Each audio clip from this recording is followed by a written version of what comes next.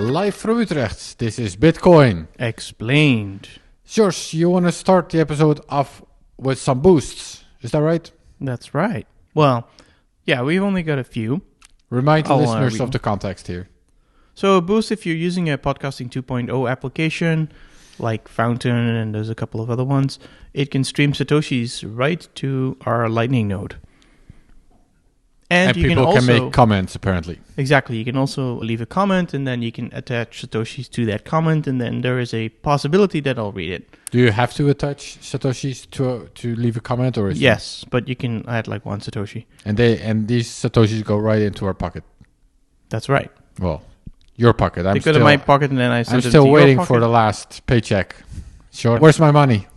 You need to run your own full-time node, then it can stream directly to you. All right, let's hear the best pay. Is this the best paying boost you're going to read? Coincidentally, yes. So this is T. Makerman or Makerman, I don't know. Hey guys, love the podcast, thank you. Been mostly listening to old episodes until now and saw your setup with Podcasting 2.0. That's what we talk about. FYI, could not find you in the Fountain search. If you're somehow having difficulty streaming sats, there is another alternative podcast link, but that URL is unpronounceable and very long. So if you find me on Twitter or something, I'll tell you what it is. All right. Well, thank you, Makerman. How much did Makerman pay us, Sjors? 10,000 Satoshi. Nice. All right, Sjors, today we're going to discuss Timelocks. This was actually a suggestion by a friend of the show, Ruben Thompson. As you are well aware, but probably our listeners as well at this point, we increasingly have to dig deeper and deeper to come up with subjects to discuss because we've almost explained all of Bitcoin at this point. We have explained all of Bitcoin, except for a few things that take too much research. Yeah, for which we would really like to have an expert on the actual podcast at some point. But somehow we never had an episode on Timelocks yet. So this was a pretty good suggestion, I think. I think so too. So sure, we're going to discuss Timelocks. First of all, maybe as a very, most of our listeners will know this, but let's just start with a very general, what is a time lock? What is time? Oh, okay. Yes, let's start there. Sure. Yeah, a time lock means that, so normally when you make a transaction, you create it in your wallet, you send it out to a bunch of other peers in the network, and then eventually a miner will put it into a block, basically as soon as possible. But maybe there's a reason why you don't want that to happen immediately. You can use a time lock to prevent a transaction from being mined now, and it has to be mined after a certain date or a certain block height. Yeah, I guess the very even shorter summary I would give, but maybe it's a little inaccurate if I make it this short, but we'll get into that a little later. But I would just say it's a way of locking Bitcoins into the blockchain in a way that they cannot be spent yet, but they can be spent later. Well, that's not always true because you can also do it in a way that is not yet in the blockchain itself. So you can make a transaction that cannot be put into the blockchain at all. Right. Okay. So I think that's the type of stuff we're going to get into throughout this episode. So anyways, that's a general idea. Somehow you want to prevent Bitcoins from being spent right now, but they should be able to be spent later. Right? That's the one sentence summary then, I guess. Okay, so has this always been an option in Bitcoin, Sjors? No. The very old version of Bitcoin did have a field that would suggest that, but it didn't actually do it. Sjors, one step back. Maybe, or is it better to... So, are there some examples of why you would want to do this? Or should we mention these throughout the episode as well? We can probably try to explain them as we come up with it. Okay, so... In that case, I interrupted you at a very bad time because you were given a great explanation of the history of Timelocks to start off with. And you said it wasn't always possible. No, it wasn't enforced. So in the original version of Bitcoin, what you could do is tell a transaction. You could tell a transaction that you didn't want it to be mined before a certain block, but this was a policy thing. So your peers might not relay it, but if it was in a block, you would still accept it. So in other words, you couldn't trust it for security purposes. Okay, first question, you say you can put it in a transaction, like where is it, what does this actually look like in this case? Yeah, so this early mechanism is called end lock time, so that is a transaction, a field all the way at the end of a transaction. Okay, so you actually attach it, it's part of the actual transaction? Yeah, it's part of the transaction hash as well. And in the very early days, as you said, if you put that in the transaction, that would mean that Bitcoin nodes will not if they receive the transaction over the peer-to-peer network, They'll ignore it. they will ignore it. And But if miners it's in a block, they'll basically, be fine. right. So if some other miner somehow mines it, they'll still accept the block. So it wasn't a consensus rule. It was a peer-to-peer network rule, essentially. Yeah. It was a mempool policy, as you policy mentioned. rule. Right, Yeah. yeah. Okay, so this was at the very beginning. It was there, but not as a consensus rule. Yeah, and then I think fairly quickly, but I forgot to check when exactly, maybe 2012 or earlier, this was turned into a consensus rule. It was in the first year, I'm pretty sure. Yeah. Because I did check it. So unless my memory, again, is even worse than I think, I think this was in the first or maybe the second year was made into an actual consensus rule. Well, and it was also improved. So the initial version, I believe, was only height. So you could only say, don't mine this before block height number 300, whatever. But this was improved to also allow you to specify a time. So you could say, well, don't mine this before the year 2020, because maybe blocks come in faster or slower. So you can choose. Right. Okay. So year one, let's say roughly, it was there as a policy rule. And then after, from my memory, about a year, it was implemented as a consensus rule. And that was end lock time. So that was one way of doing. Okay, so maybe here is a good point to ask, why would anyone want to use this? Are there any practical examples of why someone would want to put this on their own transaction? I guess you could use it as some sort of dead man switch. So maybe you create a wallet and you're not sure that you're going to hold on to the private keys very well. And you have a backup wallet somewhere else where you do think you'll hold on to the private keys very well.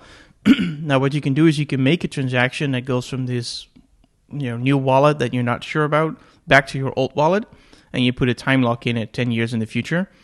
And then maybe if you lose your keys, you can still take that transaction that you signed when you did have the keys and broadcast it then to get your money back to the safe base. So it's kind of like a dead man switch, because that transaction will, if you broadcast it, it eventually will happen. But if you just spend the coin somewhere else, then it won't happen. Just to be clear, so who's putting the time lock there in this end You lock? are. So the creator of the transaction, that's the person that's putting the time lock there, right? Yes. Not the recipient. No. Because usually a recipient gives an address, and the address. No, the contains all recipient, kinds- in this case, in this example we did, you are the recipient, but in any case, you're giving the recipient, or maybe it's an inheritance thing, right? So you give a transaction to your children that you say, well, if you broadcast this thing, you'll get my coins, but not before this year, and also not if I decide to move the coins in the meantime, because then that transaction will be unusable. Right. Well, that's kind of a clear example, I guess. Yeah, so you would give the actual transaction itself to you. Yeah, So you're not you can sending give it to them very coins. early because you're not giving them any private keys. You're just giving them this transaction. Like, well, if nothing else happens, these coins will be yours, assuming that the transaction goes to them.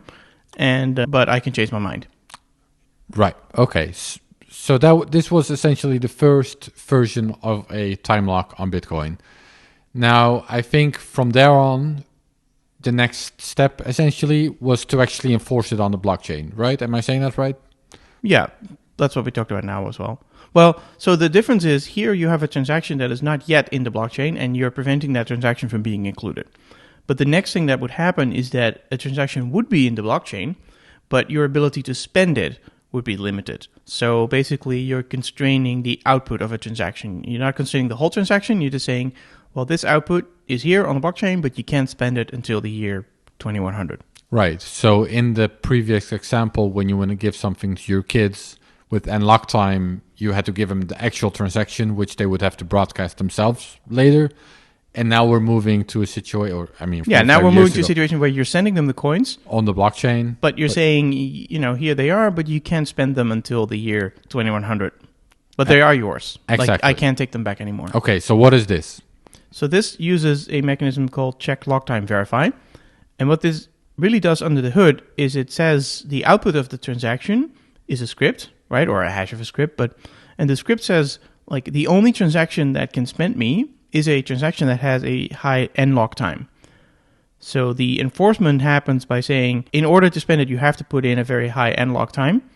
And because the blockchain will make sure that a transaction with a high unlock time is not included before the year 2100, this works. So it's kind of a weird delegation of responsibility. Right. So this is check lock time verify. This was implemented in Bitcoin in 2015 through a soft fork. It's essentially, as you're explaining, it's still using unlock time. It's still using what we discussed before, but now there's an extra step as a soft fork that actually requires the next transaction when you want to spend the coins. It requires that transaction to have unlock time, right? Yeah. Am I saying this right? That's correct, because usually when you're spending a transaction, the output script determines how it can be spent, right? But it only determines what the input should be, because normally in the input you would put a signature or something like that. But now it's saying it's not just the input that has to be a certain way, the transaction itself has to have certain rules too. Yeah, so I guess, so one of the things, this changes I just mentioned with unlock time alone, the person that adds the lock time is the sender of the transaction. And now it's embedded also, the recipient has to first decide that it has to be locked, right? Like the recipient, if you're trying to receive coins, if you want to receive coins from somebody, you have to give them the script that it goes through. So you're really constraining yourself in a way when you're doing this. But in the inheritance scenario, you would tell your kids, like, give me an address that has this script in it and your own public, because otherwise, of course, you wouldn't do this. And of course, there are more complicated setups like Lightning things, etc., where you would want to use constructions like this. Yo, what is going on, guys? We are proud to have Voltage as a sponsor of this episode. How many of you developers out there have wanted a streamlined infrastructure provider for your particular project? Well, I'll tell you what, Voltage is the Bitcoin infrastructure provider you have been looking for that makes building on Bitcoin quick and easy, whether it's Bitcoin nodes, Lightning nodes, BTC Pay, and so much more. But don't take it from me. Just ask the guys over at Amboss, Sphinx, Podcast Index, and Thunder Games, and so many others that you guys already know and love. Their enterprise-grade products make it fast and easy to build, deploy, and scale your next project. So make it easy on yourself. Even normie plebs can use the dashboard or API. Don't wait before the next block confirmation. Let your team focus on building great products and let Voltage handle all the rest. Voltage is your go-to zero management Bitcoin infrastructure solution. So you mentioned Lightning, but I don't think that's actually correct. Lightning doesn't use this. Lightning uses another time lock, which we're going to discuss next. But what are some examples for this CLTV type of time lock? Why would anyone want to use this? So we've discussed the inheritance example, which I think is valid. And are there other examples you can think of? I don't know. You? Yeah, well, there's this thing called fidelity bonds. So that would be one example. If you somehow want to prove that you're not a spammer of some kind, then you have to actually lock up Bitcoins and prove that you've done so. Yeah, it's a way to publicly prove that you are locking up coins. That's true. Yeah, so that's one example. And I think another one is, what's that called? When you want to trustlessly exchange coins, right? You want to have some sort of trustless exchange. But then relative locks are probably better too.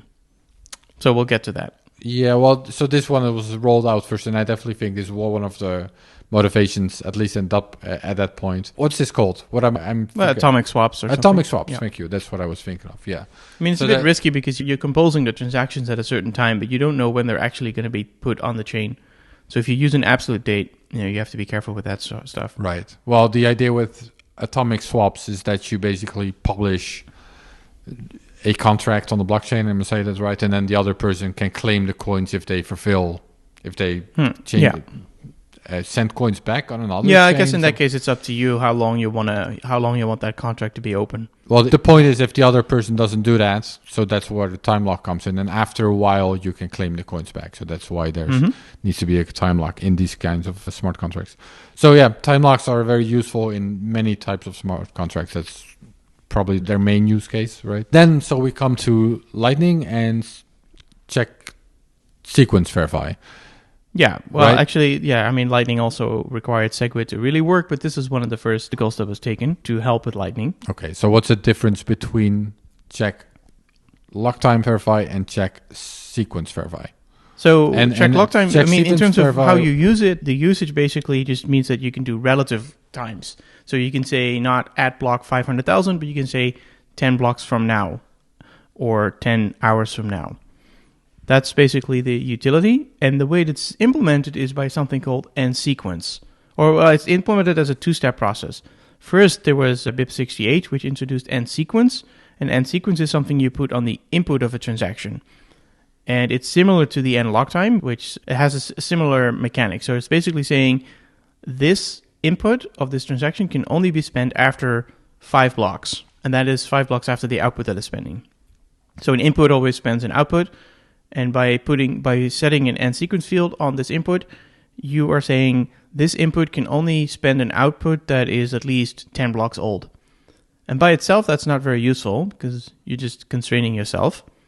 But the code, the opcode check sequence verify, in a similar way to what we discussed before, can say, well, you can only spend this output if you provide an input that has a certain end sequence in it.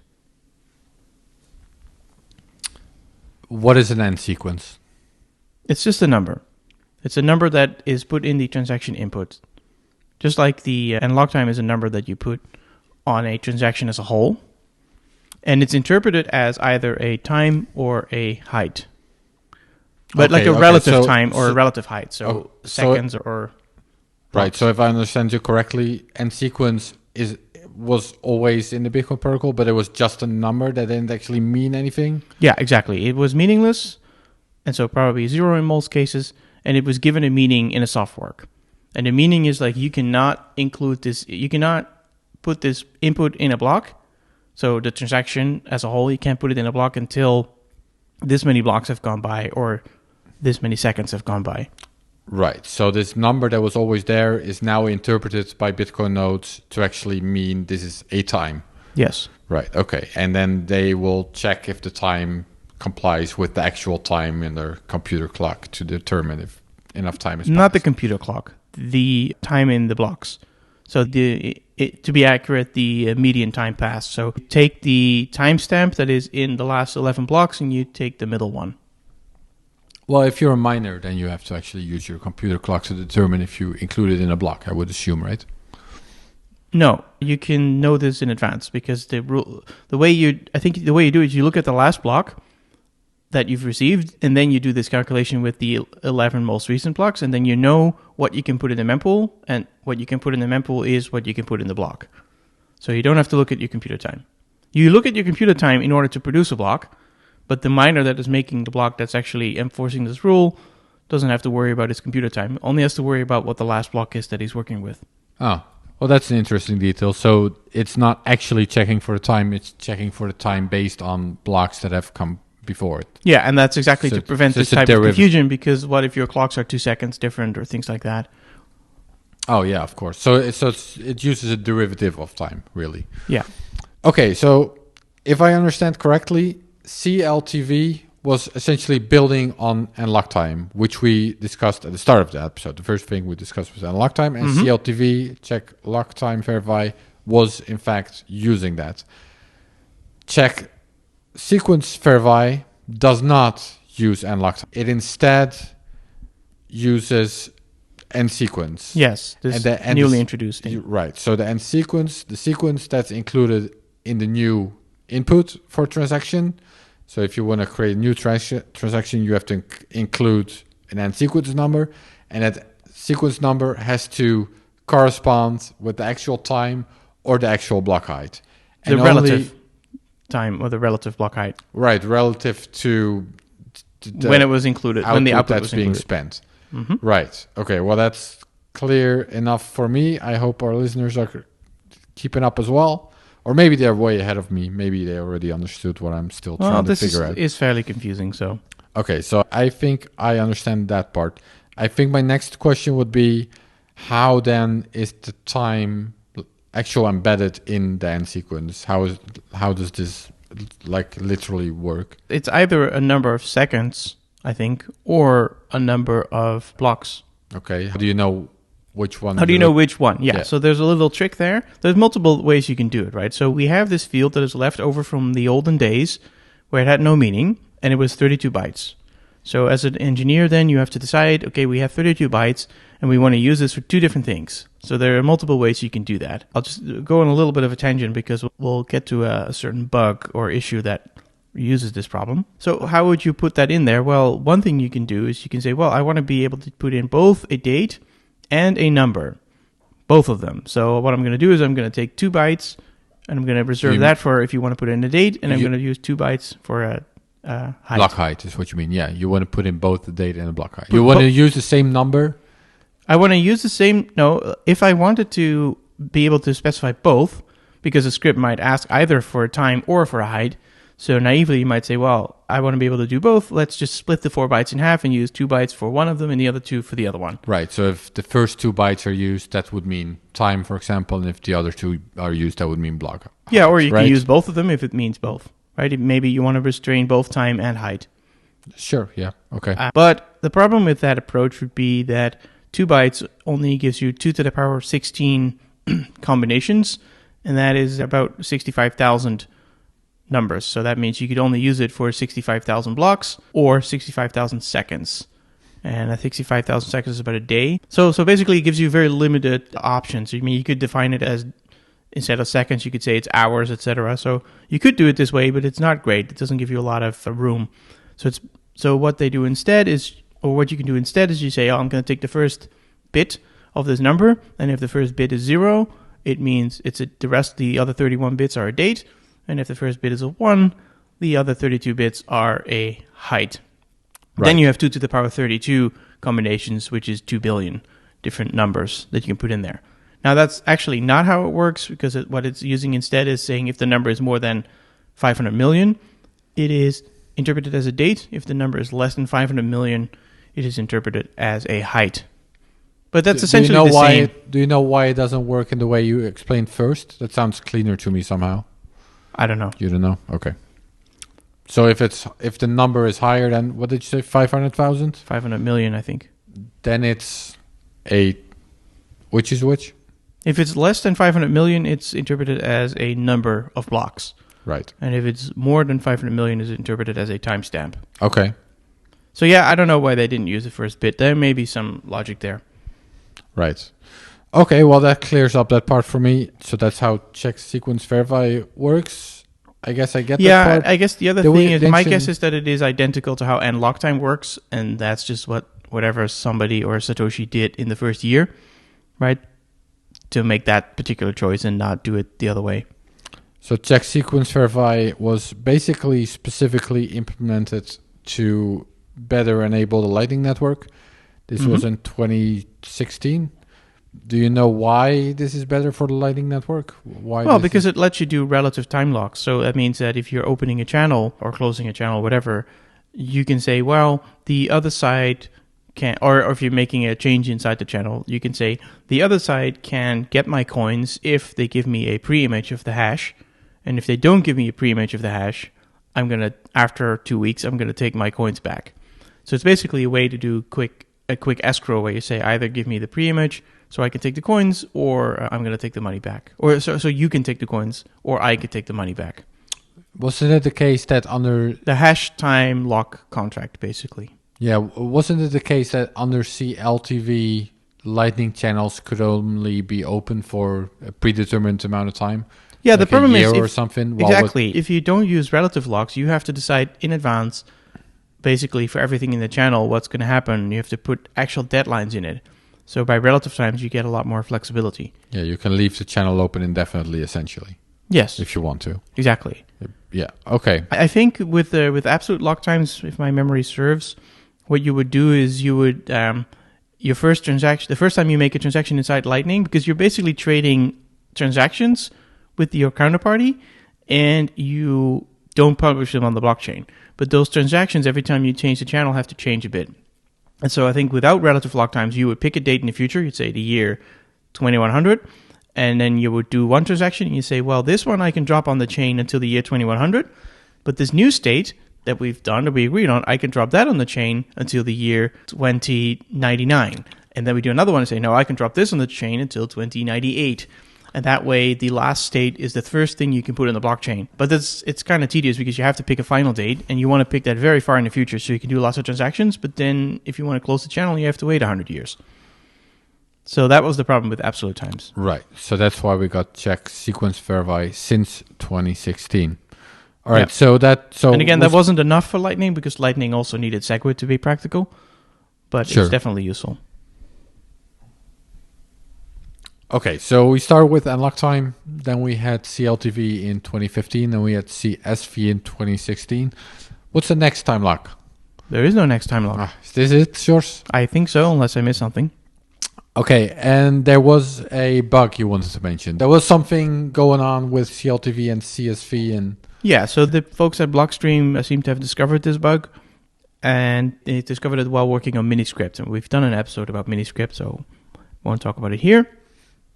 But basically, you want to be very careful that you do not put a time and a height in the same script. Either a relative time and a relative height or an absolute time and an absolute height. Don't combine those two. You can't use them both. You have to pick. Yeah, you can't use them both. So that means if you can have a script like... Let's first say what you cannot do. You cannot have a script that says, this coin can only be spent after block 700,000 and after the year 2023. Yeah, or to name another example, you can't make like a multi-sig where you say Alice can spend this after this year, Bob can spend it after this height. Right? If it's 2 out of 2, No. two different... No, if it's both conditions, you can't do it. But That's what what you're I'm saying. describing here sounds more like an either or. I said it 2 out of 2. 2 out of 2. So they both have to... Yes. Okay. And then they can't use different... Yeah. It can't be the case that one of them has to use CLTV and the other has to use CSV. That's that. No, Whatever it's not construction you want to about, come up with. It's not about combining CSV and CLTV. It's not about combining relative and absolute locks. It's about combining times and heights. Oh, regardless of whether it's CLTV Yeah. or CSV, you Exactly. can't combine time. Okay. got Well, I don't know. You might be able to use a time with a CLTV and then use a height with the end sequence. it. Okay, we're obviously getting into the But weeds now. Maybe you don't I want to should do it just- for one, and the reason is pretty simple. I should just let you talk. Yeah, if you have a constraint that says don't spend this after block 700,000, well, that 700,000 is expressed as a number, just 700,000. So you're saying height must be higher than 700,000. That's really what you're telling the blockchain. And then if you're saying it has to be after a certain date, well, then it has to be higher than 100 million or whatever, 500 million.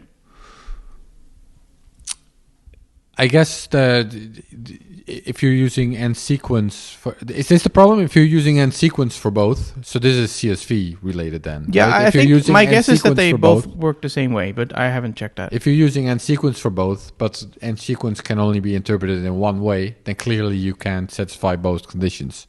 That must be the problem, right? Yeah, but the way I explained it would not work. So, dear editor, we're going to quickly look this up.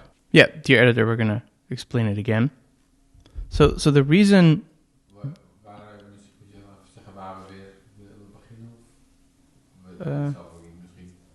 ja, ongeveer waar ik... Ja, weet ik ook niet precies. Anders ga je gewoon door, toch? Ja. We're not exactly sure where to splice this in, but basically... Just splice it in wherever you think is best. Sorry about this. So the reason you can't combine a timestamp and a height difference is that if you're saying it has to be after 6 blocks, that means that the number that you're looking for is higher than 6, but also lower than 500 million, because it has to be a height that you're comparing to. But if you're saying it has to be after a certain date, well, then the number must be higher than 500 million, because it has to be a date. And so that can't both be true. You cannot have an end sequence that is higher than 500 million, but also lower than 500 million. So now you have actually put your coins in a place where they can never leave. Yeah. And this can be quite deceptive, because the script, if you read it manually, it might look fine, but it's not. Yeah. The end sequence can only be interpreted in one of two ways. So if you need to interpret it in both ways to satisfy a transaction, then you have a problem. Yep. Yeah, that's clear enough. Okay. Yeah. I think that's all. I have one more question before we stop. Sjors, last question. So I noticed, I happen to know that nowadays, so the very first thing that we discussed was unlock time, And so nowadays a lot of transactions, or at least Bitcoin Core does this, for example, standard adds and lock time to every transaction they make. And then I think the unlock time is basically just the current block or a very recent block anyways. Do you know the details or why this is?